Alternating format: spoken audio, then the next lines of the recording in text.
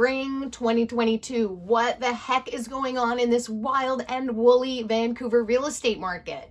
I've got the stats. Let's get into it. Hi everybody, welcome back to the Real Justine Priestley channel. I am the Real Justine Priestley, your local realtor with a twist here in the greater Vancouver area. And in this video, we're gonna talk math, statistics, and numbers. So let's do it. Vancouver Real Estate Board reports that the sales for April 2022 were 3,232. That's down 25% over last month, March 2022, and down 34% over last year, April 2021. Listings were reported at 6,107, and that's down 8% over March 2022 last month, and down 23% over last year, April 2021. Interesting, we haven't seen any down arrows in a long time, and I just got to tell you that this whole video is about downward arrows,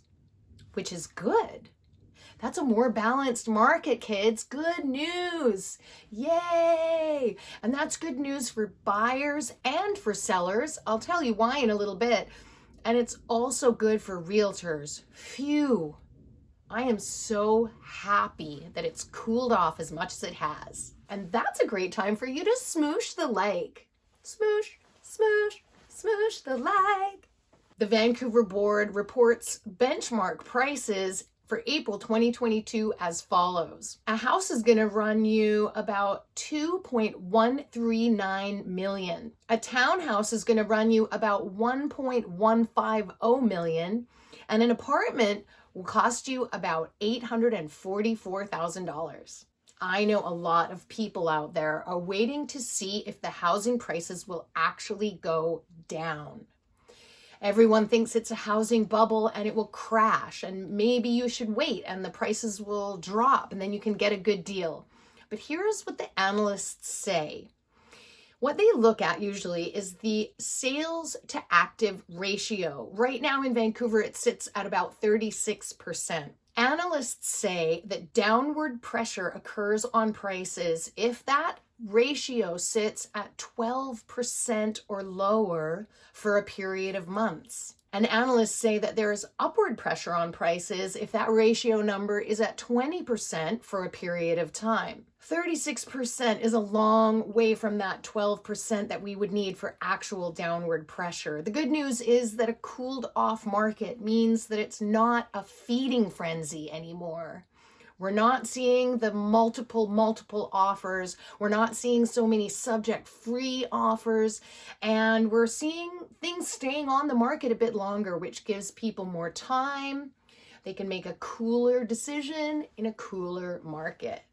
That's good news. Fraser Valley Real Estate Board reports that sales were 1,637 in April 2022. That's down 35% over last month, March 2022, and down 45% over last April 2021. That sales number, 1637, is a bit low. It's the first time that that number has dipped below the 10-year average for the past 2 years. I just want to let you all know what I do. What I do is I help buyers and sellers overcome the stress and worry of moving by being in their corner every step of the way. I'm never too busy to answer your call or your email. Reach out to me anytime. I'm here to help and I'm here for you. Fraser Valley listings were 3,622 for April 2022. That's down 20% over last month, March, and down 27% over last year, April 2021. Benchmark housing prices in the Fraser Valley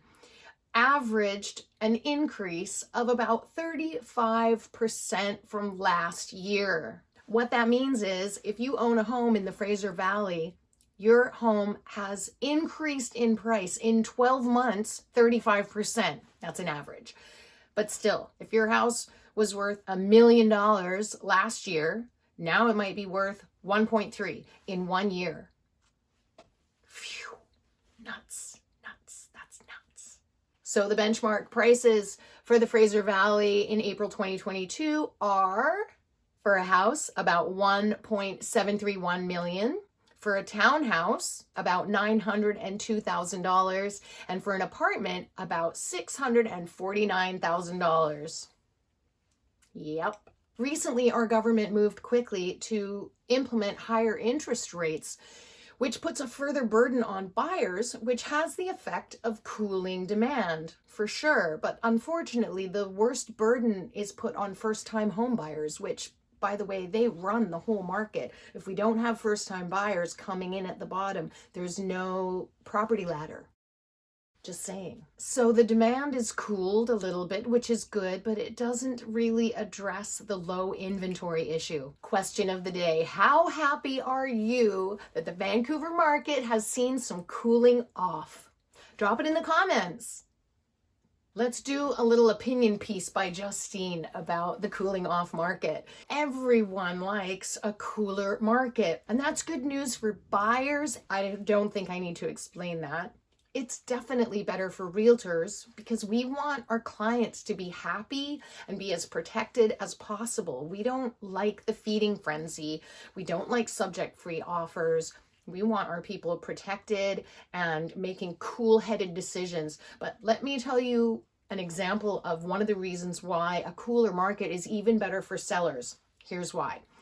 So we got an email recently from a notary that we locally use here and recommend to a lot of our clients. And they were warning us about a thing that they'd seen happening in the last few weeks, which was buyers pulling out of deals that had already gone firm. So the subjects had come off, the conditions had been met, and the contract was a binding firm contract at that point. And then there's a period of time before completion and possession. And buyers, let's just say that a buyer bought a house for $1.65 million in March, and it was listed at 1.5. So they paid $150 over asking. And then they got their subjects off a week later. And now in April, they were just waiting for the possession date, which is maybe the end of May, let's just say. But the market cooled off so quickly, honestly, so quickly. It was like a faucet somebody turned off. So now this buyer is looking at the market and seeing that that same house, if they had waited 6 or 8 weeks, maybe, obviously there's no guarantees, maybe they would have been able to get it for 1.5 for asking, or maybe even a little less than asking, maybe 1.450, which is a $200,000 difference, right? So these buyers possibly feeling very ripped off. Now they have a $50,000 or an $80,000 or $100,000 deposit, maybe more. I don't know. Depends on the deal. So they think that maybe they just walk away from the deposit. Say if you've lost $200,000, but you're only walking away from $80,000 deposit, maybe that's better for you. That's what you're thinking. The problem is that it's not that easy.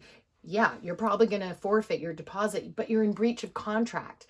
So that causes all kinds of legal issues, and that's really the problem. Is now it's going to go into the court system, and then you know how complicated that can be, and it can take months, it can take years, and the buyer may be on the hook for things beyond the deposit, because what if the seller had bought something counting on that money from the sale, which had gone firm, which is, you're supposed to be able to rely on that.